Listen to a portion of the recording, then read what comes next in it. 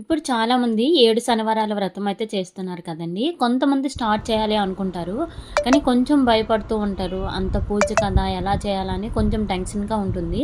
అలాంటి వాళ్ళ కోసం ఈ వీడియో చూస్తే డీటెయిల్‌గా అర్థమవుతుందండి. సప్త శనివారాల వ్రతం చాలా సింపుల్‌గా ఈ విధంగా చేసుకోండి. ఈ వ్రతం చేస్తే మనకి ఎలాంటి ప్రాబ్లమ్ అయినా సరే క్లియర్ అవుతుందని చాలామంది చెప్తున్నారు. మీకు ఇంట్లో ఏదైనా సమస్య ఉంటే ఈ పూజ అయితే చేయండి. చాలా మంచిదంట. ఫస్ట్ అయితే ఈ విధంగా సెపరేట్‌గా పీఠం అయితే ఏర్పాటు చేసుకోవాలి.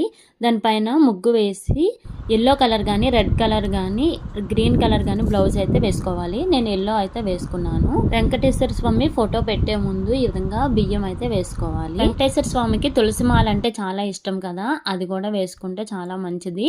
మీ దగ్గర లేదు అంటే కొన్ని ఆకులు తెచ్చుకొని పూజ మంత్రాలు చదివేటప్పుడు తులసి ఆకులతో పూజ చేసుకోండి. అలానే మన దగ్గర లక్ష్మీదేవి విగ్రహాలు గట్టుంటే పెట్టుకోండి. కలసం ఆనవాయితీ ఉంటే కలసం పెట్టుకోండి. కలసం ఏ వ్రతం